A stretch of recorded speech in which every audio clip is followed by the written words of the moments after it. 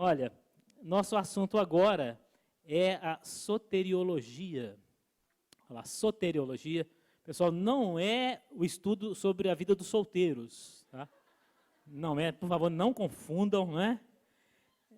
Soteriologia é a doutrina da salvação, tá bom? Bom, de onde vem essa palavra, né? É porque existe uma palavra no grego que é sotéria, que significa salvação. E a gente costuma falar muita palavra grega, por quê? Porque o Novo Testamento foi todo escrito em grego, né? Eu falei isso para vocês hoje cedo. Foi escrito em grego. Mas por que o Novo Testamento foi escrito em grego, né? Por causa do Império Grego. A gente falou hoje de manhã até o Império Persa. Aí depois do Império Persa vem o Império Grego, que dominou grande parte do mundo, e as pessoas eram obrigadas a aprender a falar grego. Então, também em Israel, as pessoas aprenderam a falar o grego, e por isso o Novo Testamento foi escrito em grego. E daí a gente usar tanta palavra grega, e daí vem a soteriologia, que é o estudo da salvação, ou a doutrina da salvação. Muito bem. E o ponto de partida desta doutrina é a questão do pecado, certo? Então, se não houvesse pecado, não precisava ter salvação. Então, a Bíblia ela vai girar em torno dessas duas questões, pecado e salvação. O pecado nos levou à perdição. Então, a salvação é justamente a solução para esse problema aí da perdição. Nós estávamos perdidos e muitos ainda estão perdidos, e a salvação é justamente encontrá-los e resgatá-los e guardá-los na presença do Senhor, assim como você está hoje, amém? Então, a Bíblia fala muito sobre isso e sobre a questão de estar perdido. A gente pode lembrar algumas parábolas de Jesus, como em Lucas capítulo 15, ele falou sobre a ovelha perdida, sobre a moeda perdida e sobre o filho perdido, né, que é o filho pródigo. Então, ele estava falando ali para os fariseus, para os judeus. Então, se alguns ali tinham ovelhas, então ele falou da ovelha perdida. Mas vamos supor que alguns não tivessem ovelha. Então tinha o filho, ele falou do filho perdido. Aí vamos supor que as pessoas não estivessem ligando nem para filho nem para ovelha. Ele falou do dinheiro, né, o dinheiro perdido, que muitos iam ligar, né? Então, aquelas parábolas ali, elas falam justamente sobre salvação. Queria pedir um copo d'água, por favor, para a garganta conseguir cumprir o horário aí. Olha só. Então, a salvação, ela é o quê? O propósito do Evangelho. Primeira coisa que eu gostaria de destacar, a gente vai ler Romanos, capítulo 1, versículo 16.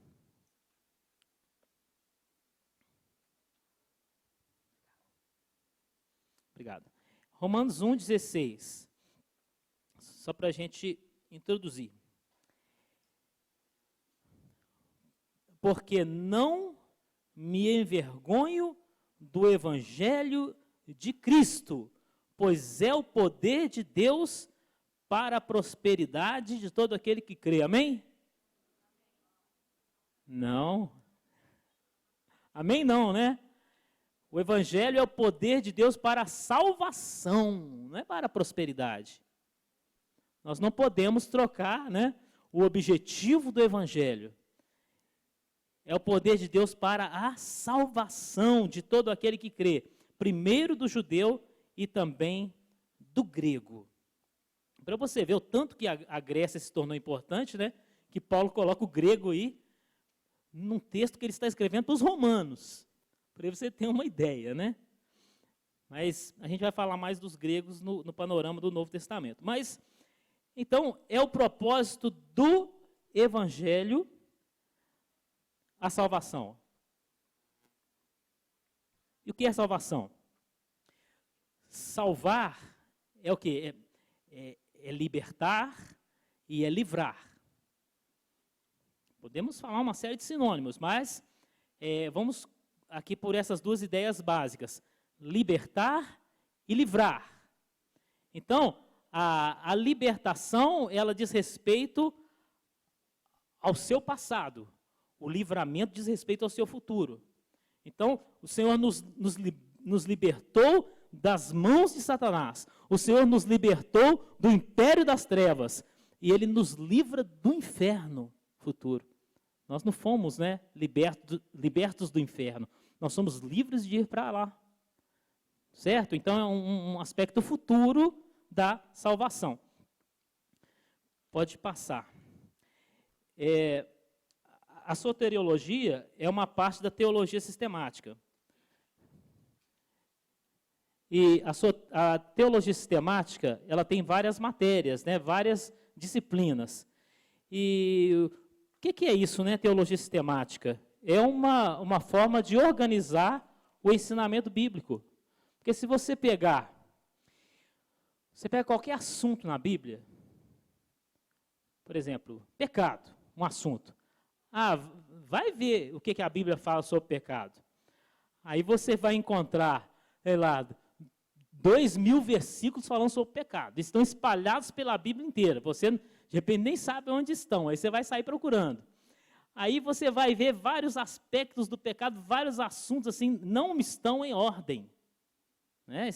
Isso não está organizado na Bíblia. Aí o que a teologia sistemática faz? A teologia sistemática, ela organiza os temas, certo? Pega essas passagens bíblicas e te dá uma forma organizada de ver esses assuntos na Bíblia. Também a teologia sistemática, ela usa opiniões de teólogos, né? Conclusões de teólogos e assim por diante. Então, a soteriologia, ela é uma parte da teologia sistemática. Pode passar.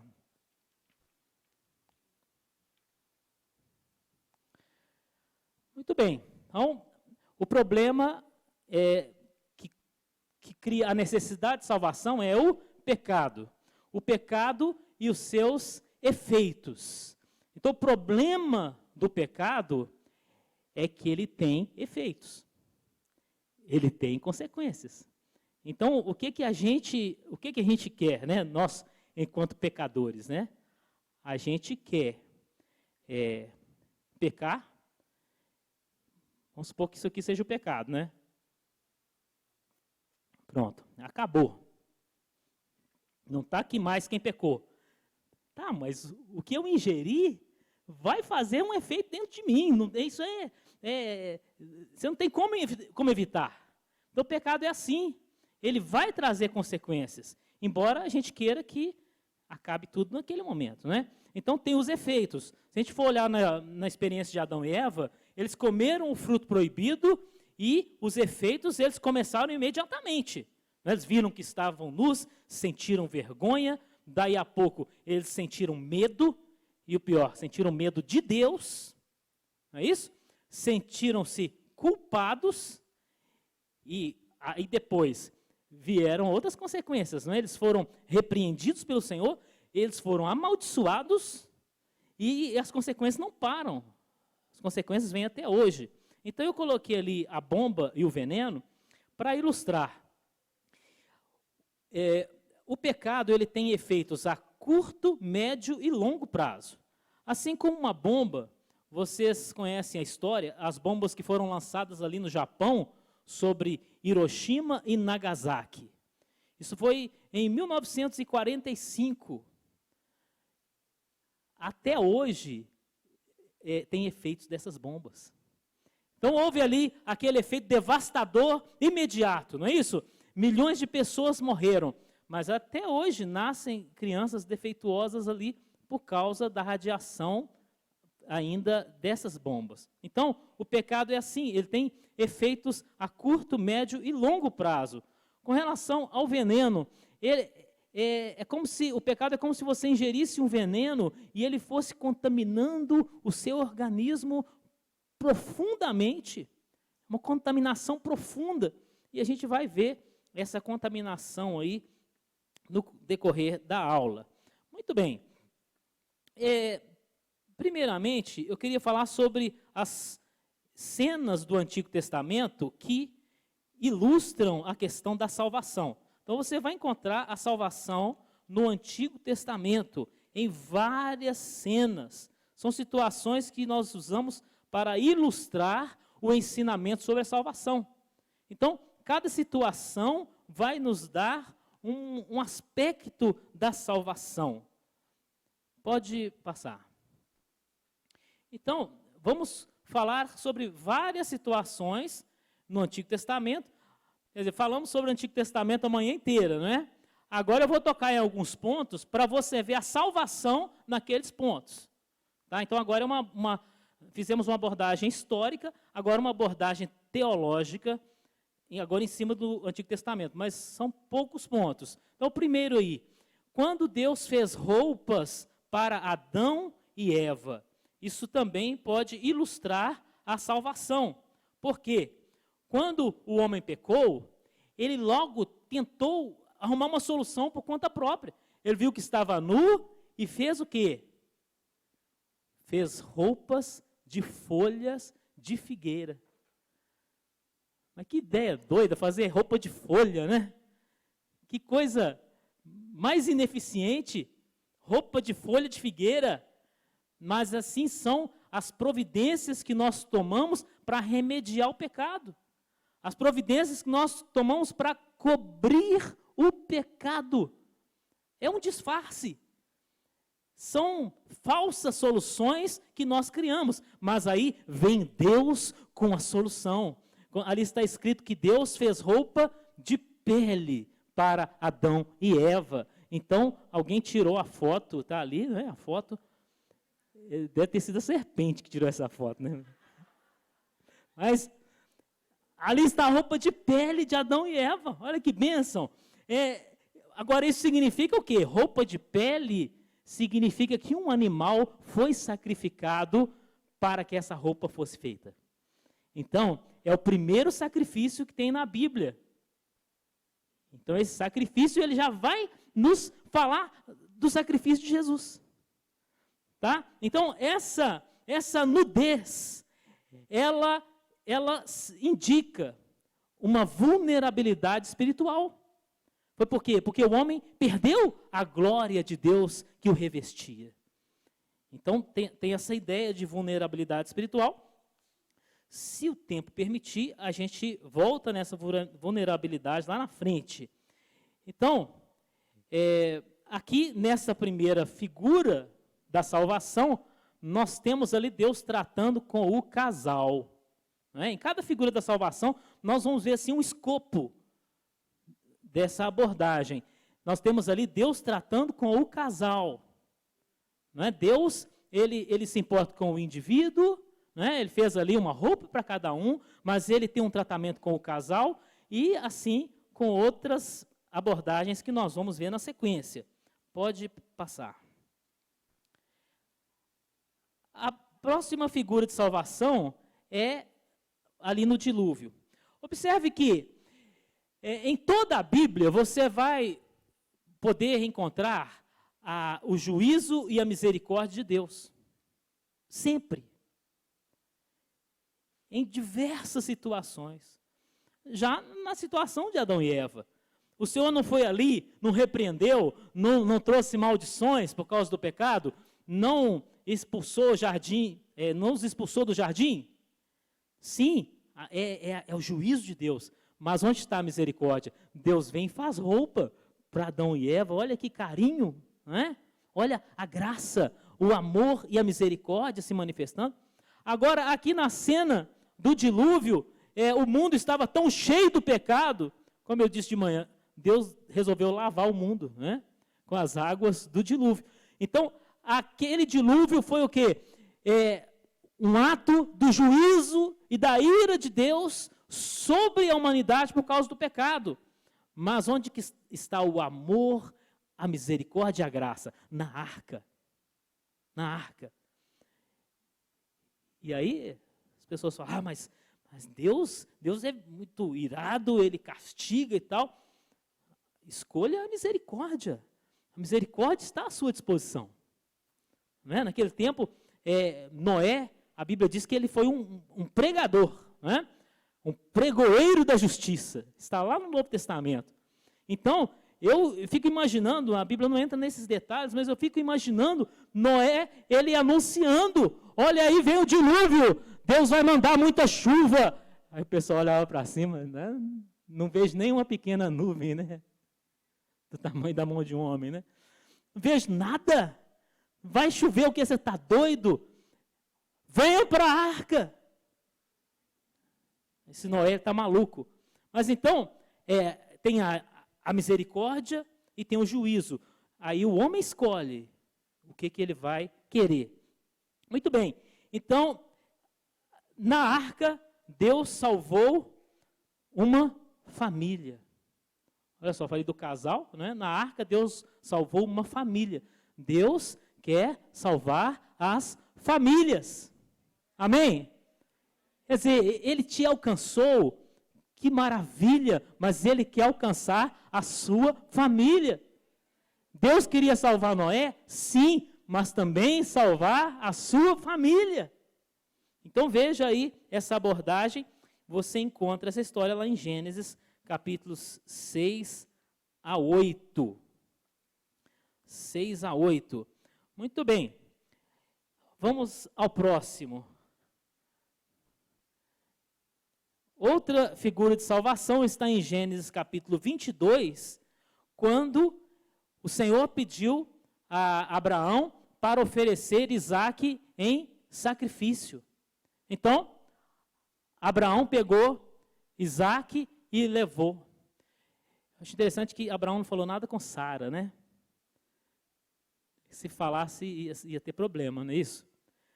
Então, Sara não participou, e Abraão pegou Isaque e levou. Então, a primeira coisa que a gente vê aí é que Abraão tinha que oferecer o melhor para Deus. A pessoa, imagina Abraão falando assim, Senhor, serve Ismael? Não, né? Não tem isso na Bíblia. Mas talvez se fosse a gente, né? Talvez a gente ia dizer, oh, Senhor, tem aquele filho com a escrava, que tal? Né? Não, Deus quer o melhor. Deus quer o melhor. Ele não quer aquilo que você está rejeitando, que você está jogando fora. Né? Não, Ele quer aquilo que você ama.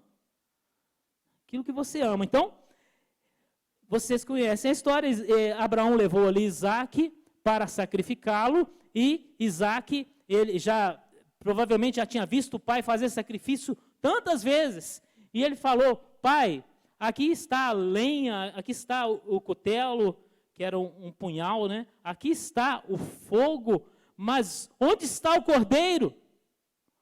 E Abraão falou, o Senhor proverá para si o cordeiro.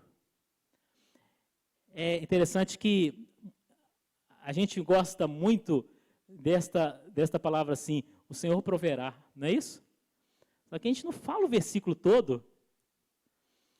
Né? Você está com um problema financeiro, está faltando alguma coisa, você fala assim, o Senhor proverá. Só que o texto ali, na história de Abraão, não está falando de provisões materiais para o nosso dia a dia. O Senhor nos dá tantas coisas, não é isso?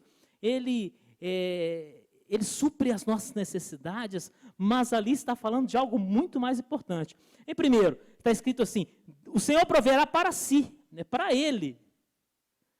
É para Ele. Mas o que Ele vai prover? O cordeiro. É muito mais importante do que um dinheiro que você quer, a provisão de Deus, não é?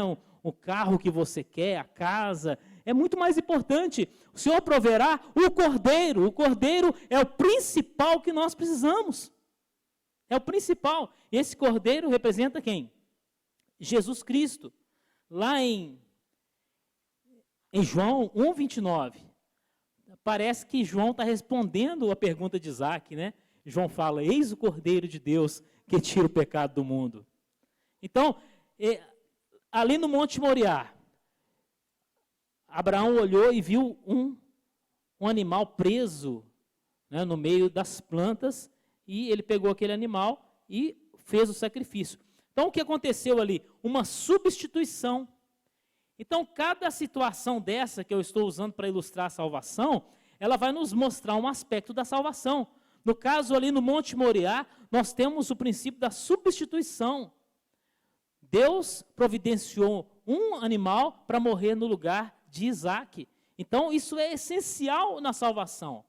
Porque o pecado, ele deve levar à morte.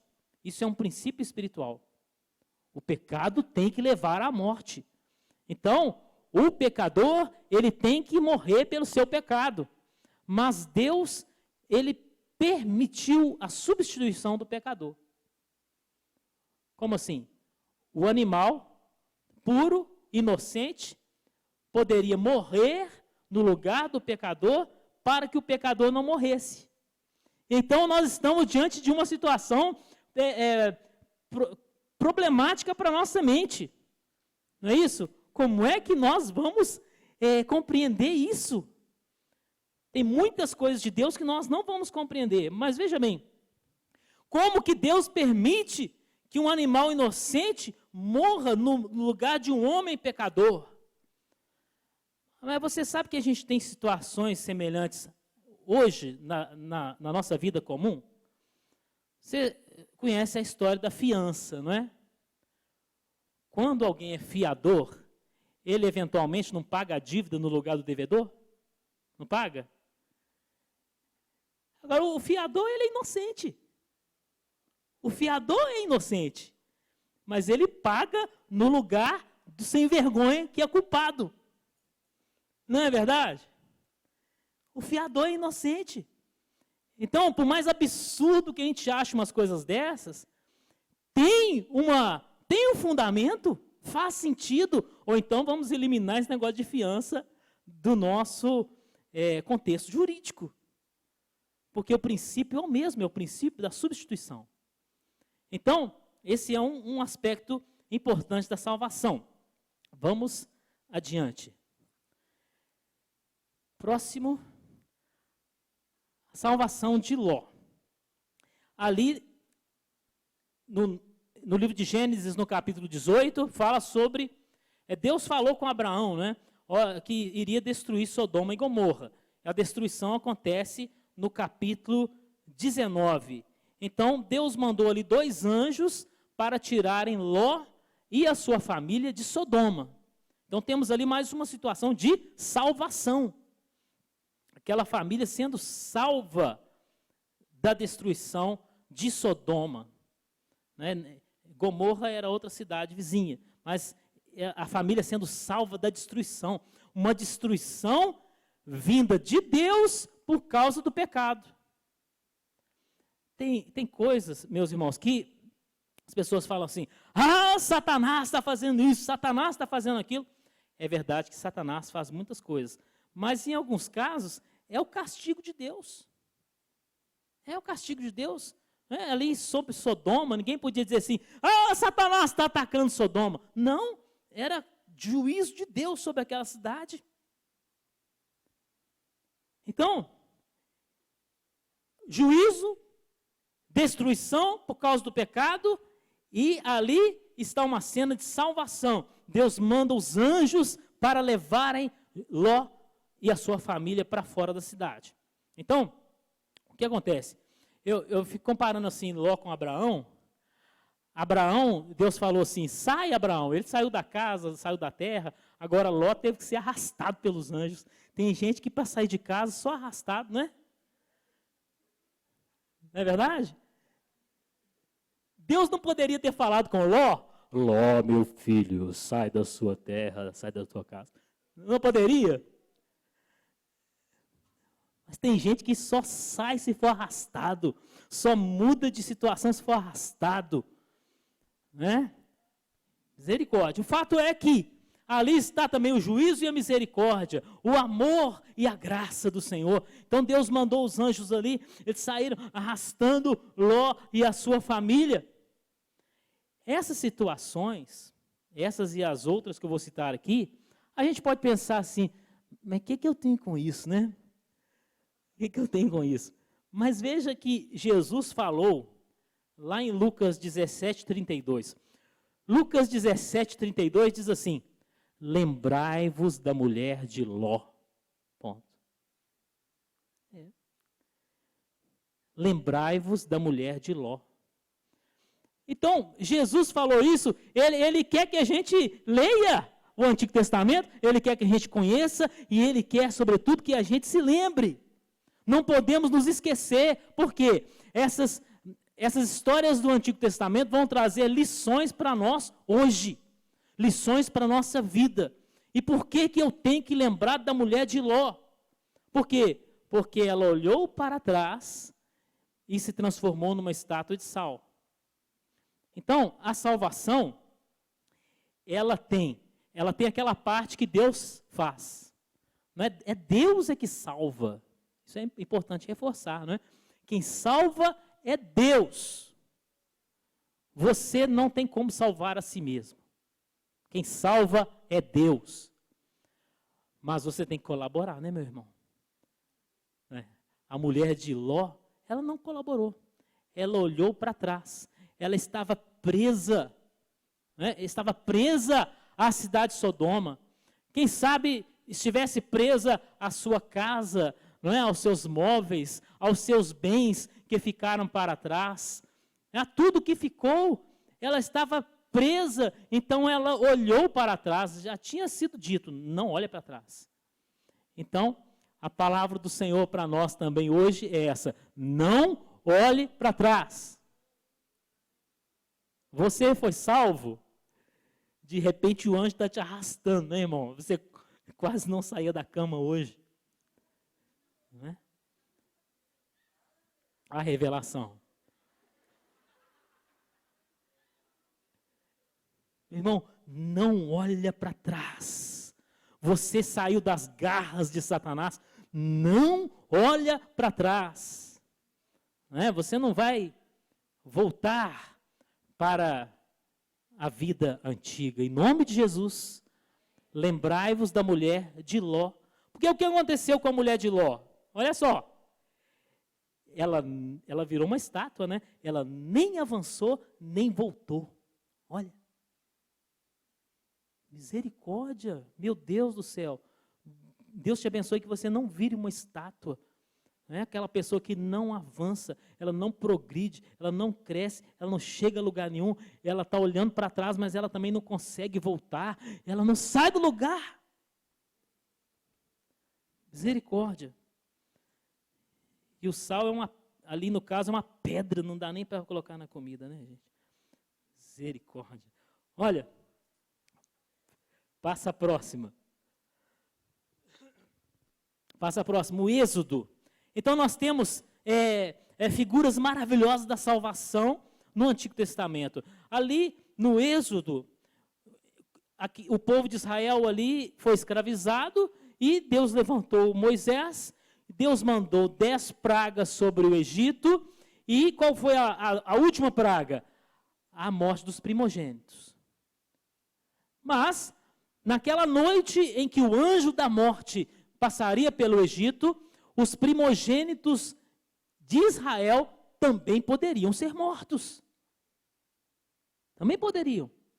E aí o Senhor falou, olha, vocês vão fazer o seguinte, para que o anjo da morte não vos alcance, vocês vão matar um cordeiro. Cada família vai matar um cordeiro. E aí de novo nós temos Deus alcançando as famílias. Cada família vai matar um cordeiro. Cada lar virou um tabernáculo. Cada lar virou um altar. Cada lar virou um santuário. Cada lar virou um lugar da presença de Deus. Cada família vai matar um cordeiro. E vocês vão pegar o sangue do cordeiro e vão passar na porta, nos umbrais da porta, mas é do lado de fora da casa, não é do lado de dentro, não. Passar do lado de fora, o que é isso? É o sangue do cordeiro na porta, como testemunho. É um testemunho. A sua relação com o cordeiro, com Jesus Cristo não é um segredo. Não é um segredo. Não é? Você não tem que ser o crente secreto, o 007 de Jesus, né? Não. É para passar o sangue na porta. É para você, sempre que tiver oportunidade, mostrar, olha aqui, eu estou debaixo do sangue de Jesus Cristo. Estou debaixo do sangue. E aquele sangue foi passado na porta. E dentro de casa, o que aquela família ia fazer? Comer a carne do cordeiro. O compromisso com o cordeiro não é só na porta, tem que ser interior. Você tem que comer a carne do cordeiro. O cordeiro tem que fazer parte da sua vida. Então, o anjo da morte passou ali e, vendo o sangue na porta, ele já sabia, olha, aqui já morreu um. Não preciso matar ninguém. Então, novamente, o princípio da substituição. O cordeiro morreu no lugar do filho primogênito de cada casa. Pode passar. Ainda no Êxodo, nós temos o quê? A saída do povo de Israel do Egito. Talvez esta seja a principal figura da salvação no Antigo Testamento. Deus salvando o seu povo. O livro de Êxodo, em certos aspectos, ele se parece com o Apocalipse. Se você for pensar bem, tragédias acontecendo, pragas acontecendo, catástrofes acontecendo, e no final, o povo de Deus sendo retirado. Então, nós temos isso ali em Êxodo, o povo de Deus saindo do Egito. Agora, como eu tinha falado cedo a respeito da Babilônia, no Egito também, as pessoas corriam o risco de querer ficar lá. Então, Deus falou, olha, vocês vão comer a carne do cordeiro dentro de casa, mas vocês já comam, assim, já vestidos, e com os sapatos nos pés, já pronto para a viagem, porque nesta mesma noite vocês sairão do Egito. Olha só, já 10 pragas aconteceram, mas eles foram libertos pelo sangue do cordeiro. Antes que o cordeiro morresse, eles não conseguiriam sair do Egito. Mas uma vez que o cordeiro morreu, eles estavam livres. E Moisés falou, vamos embora, é agora, vamos embora. Êxodo 12, vamos embora. E o povo saiu do Egito. Então, tem gente que quer ficar no Egito, tem gente que converte, mas quer ficar no Egito. Quer continuar com a mesma vida de sempre. Converte, mas quer continuar frequentando a boate. Não é isso? Converte, mas quer continuar com um namoro indecente. Converte, mas não quer mudar nada. Senhor, me deixa aqui no Egito, que aqui está bom. Senhor, abençoa o Egito, Senhor.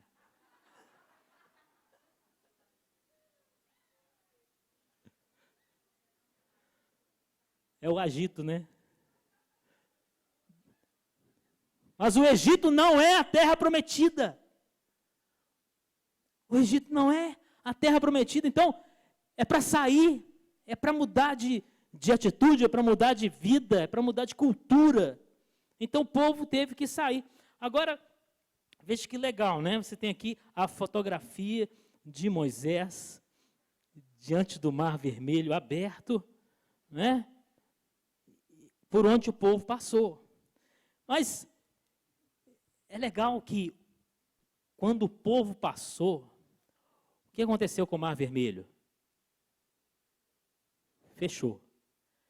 Então, não tem retorno para o Egito, meu irmão. Você vai voltar por onde? O mar fechou. E Deus não vai abrir o mar para ninguém voltar. Não tem retorno, amém? Glória a Deus. Então, nós temos aí Deus alcançando um povo, alcançando uma nação. Pode passar. Agora, a história de Raabe.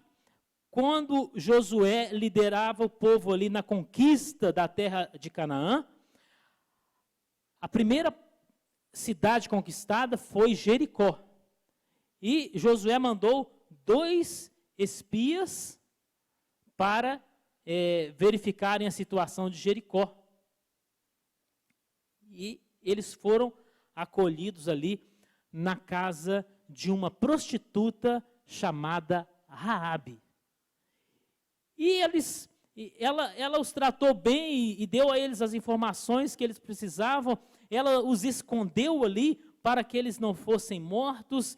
Ela despistou ali os soldados e aqueles espias, eles falaram assim: olha, quando nós chegarmos para destruir essa cidade, nós vamos poupar a sua vida, você não vai ser destruída, mas para que isso aconteça, você vai ter que colocar um cordão de escarlate na janela. Então é um cordão de cor vermelha, conforme você pode ver aqui na nossa foto, né? Um cordão vermelho na janela. E esse vermelho, ele vai nos lembrar o sangue de Jesus novamente. Porque Raabe morava em cima do muro. Para nós isso é uma coisa muito estranha, né? Como é que alguém pode morar em cima do muro? Mas a muralha de Jericó, ela tinha uma largura tal que caberia 6 automóveis em cima da muralha, né? Assim, enfileirados. E por isso, tinha gente que construía casa lá em cima. Devia ser, imagino, o lugar mais barato para se construir uma casa, né? Porque um lugar ali onde podia sofrer um ataque, né? Os inimigos podiam jogar ali uma tocha por cima do muro, um lugar perigoso. Era ali em cima daquela muralha que estava a casa de Raabe. Então ela deveria colocar o cordão vermelho na janela, e isso dava para ser visto lá de fora da muralha. Então, quando os israelitas chegassem, eles veriam aquele cordão vermelho na janela e todos já sabiam: olha, não toquem naquela casa.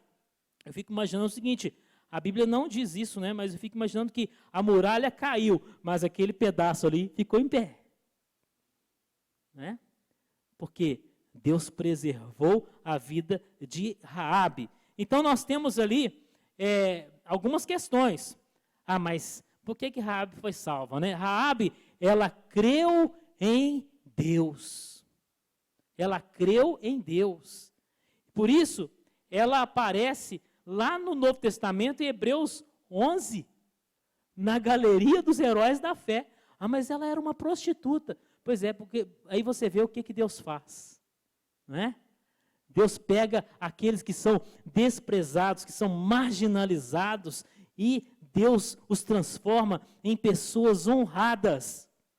Amém? Olha, em Hebreus 11:31, na galeria dos heróis da fé, onde você tem Abraão, Isaac, Jacó, Noé, Moisés, Davi, você tem Raabe. Olha que maravilha. É assim que Deus faz. Quem sabe você pensa assim: eu não sou ninguém, né? Eu não sirvo para nada, ninguém me ama, ninguém me quer. Pois Deus te ama e Deus te quer. E Deus te transforma em uma pessoa honrada. Então Raabe está ali na galeria dos heróis da fé. Agora, ela creu em Deus? Creu, está escrito em Hebreus. Agora também tem o quê? Obediência. Fé e obediência. É uma parceria que funciona, tá, irmãos? Fé e obediência. Ela não podia só falar assim: eu creio no Deus de Israel, aleluia.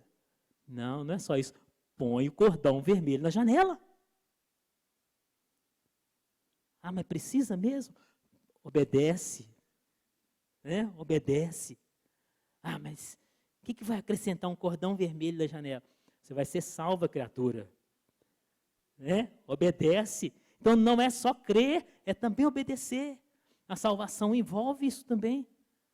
Também a obediência. Então a obediência é a prova da fé. Você demonstra a sua fé através de ações de obediência. Muito bem, mas isso ainda não é o principal sobre Raabe, né? Raabe aparece na genealogia de Jesus Cristo. Olha que coisa Mateus capítulo 1, lá está Raabe. Está lá junto com Abraão, Isaac, Jacó, Davi, Salomão. Está lá Raabe. Mas como assim? Ela se tornou membro do povo de Israel. O povo dela foi destruído, né? A família dela foi salva, conforme está escrito. Você encontra essa história em Josué, no capítulo 2 e no capítulo 6. A família de Raabe foi salva. Olha aí Deus salvando a família. Mas ela se casou com um judeu da tribo de Judá e daquela família veio Jesus muito tempo depois. Então, olha o que Deus faz. Olha a honra que essa mulher recebeu, porque ela foi transformada pelo poder de Deus. Amém. Vamos ao próximo.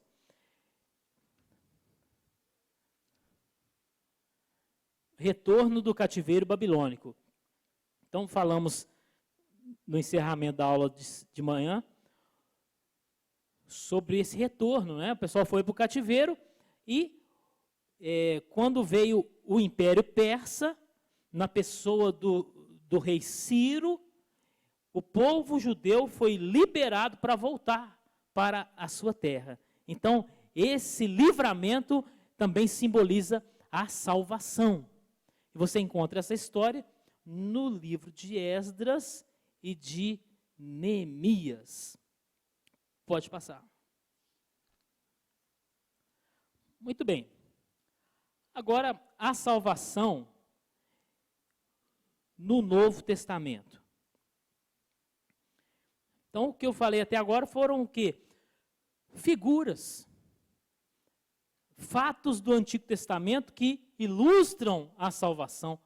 Você que é um pregador, você já tem aí umas 10 pregações, né? Você pode usar cada situação dessa para fazer uma pregação sobre a salvação. Agora, a doutrina propriamente dita, ela está no Novo Testamento. E o principal livro para se estudar a doutrina da salvação é Romanos. Os evangelhos, eles contam o que Jesus fez. Agora, Romanos tem a explicação do que Jesus fez. Então, você lê Mateus, e não está escrito em versículo nenhum que Jesus morreu para nos salvar. Você lê Marcos, não está escrito lá que Jesus morreu para nos salvar. A mesma coisa em Lucas, não está escrito. João, ele já vai um pouco além, porque ele enfatiza que devemos crer em Jesus para sermos salvos. João, ele é mais enfático, ele é um evangelho que vai além dos outros, mas ele também não explica a obra da salvação. Quem explica é Paulo na sua carta aos Romanos. Então, essa doutrina da salvação, a soteriologia, ela está fundamentada principalmente na carta aos Romanos. Então, nessa carta, Paulo ele vai falar sobre a salvação. Nós lemos Romanos 1,16 aqui no início, né, que diz: porque não me envergonho do evangelho de Cristo, porque é o poder de Deus para a salvação de todo aquele que crê, primeiro do judeu e também do grego. Então, ele propõe falar sobre salvação na carta aos Romanos. Mas alguém poderia perguntar assim: salvação de quê? Salvação para quê? Salvação por quê? Então, Paulo já começa falando sobre pecado. No capítulo 1 de Romanos, ele fala sobre pecado. E ele tem ali uma lista de pecados. Em Romanos 1, a partir do versículo 18, vai até o versículo 32, ele fala sobre muitos pecados. Vamos dar uma olhada lá? Romanos, capítulo 1.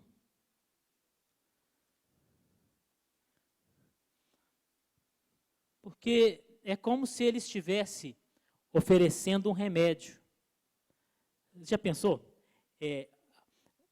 Se parar alguém ali na porta com a sacola cheia de remédios e te oferecer. Aí o que você vai perguntar? Esse remédio é para quê? Né? Aí a pessoa vai falar assim, isso aqui é para dor no fígado. Aí você vai dizer, mas eu não tenho esse negócio não. Você não tem dor ou não tem fígado? Como é que é? Mas você tem que saber para que é o remédio e se você se enquadra naquela situação, naquela necessidade. Então, Paulo vai falar do remédio, vai falar da salvação, vai falar do evangelho, ele vai falar de Jesus, mas primeiro ele tem que mostrar para que é o remédio, qual que é a doença. Então ele faz isso em Romanos 1. Vou ler aí a partir do versículo 21. Romanos 1, 21.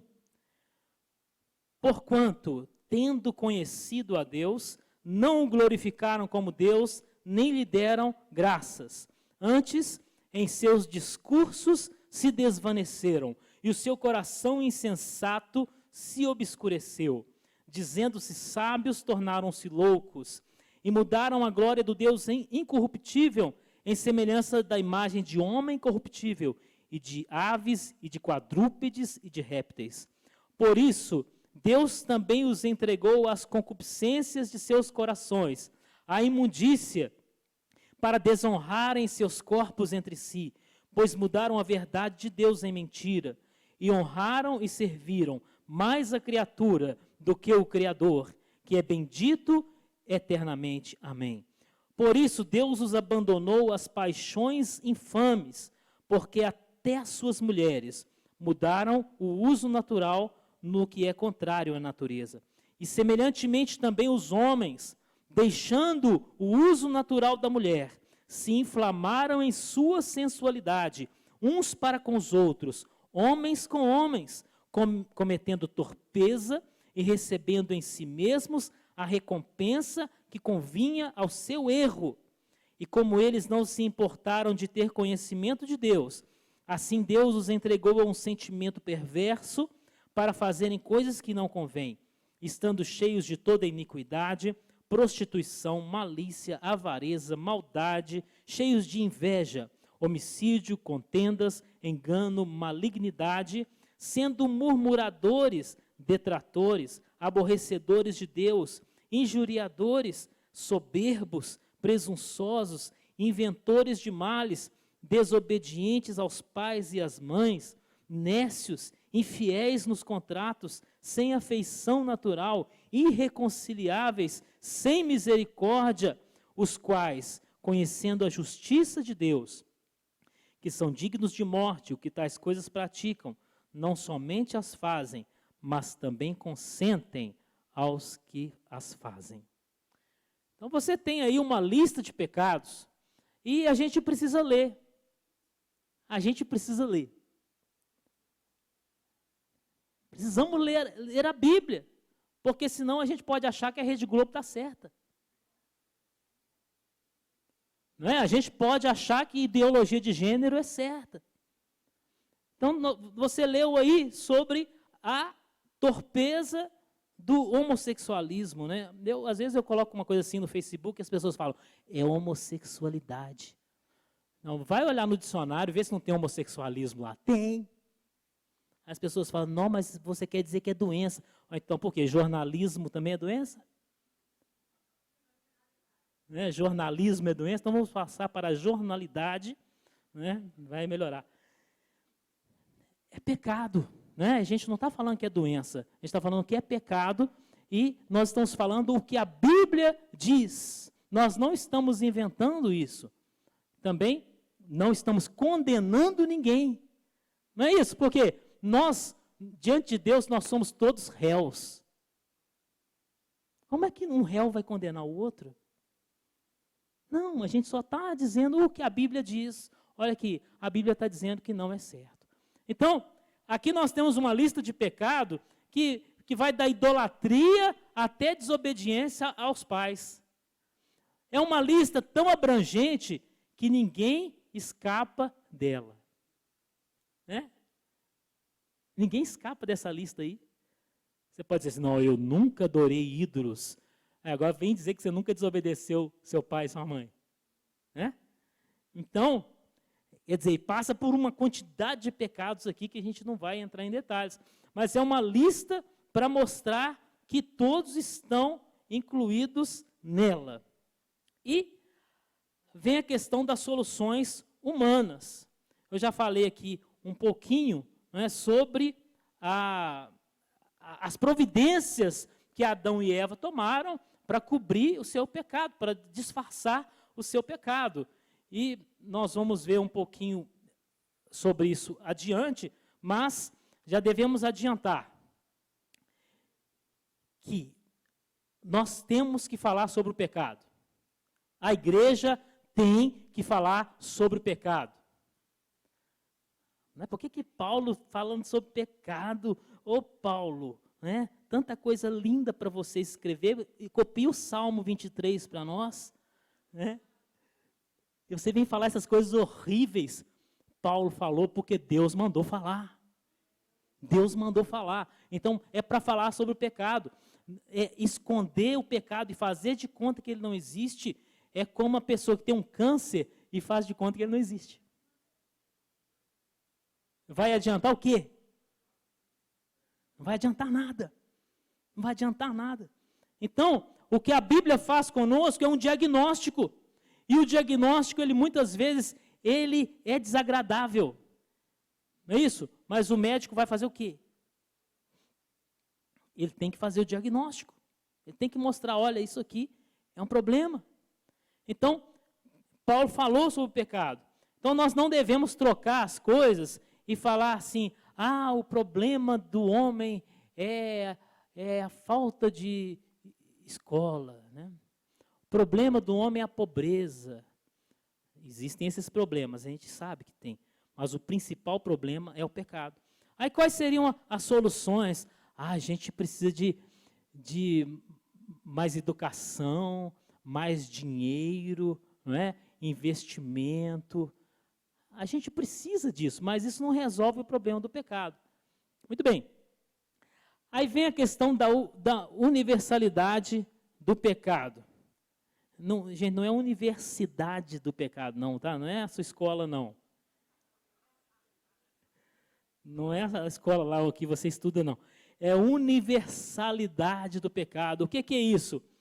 É dizer que todos são pecadores. Então, Paulo se esforça nesse sentido, tanto em Romanos 2, quanto em Romanos 3. O esforço de Paulo é para convencer os seus leitores de que eles estão incluídos nessa abordagem sobre o pecado. Porque ele encontraria ali, entre os seus leitores, ele encontraria judeus, que diziam assim, nós somos filhos de Abraão, nós estamos bem, nós estamos salvos.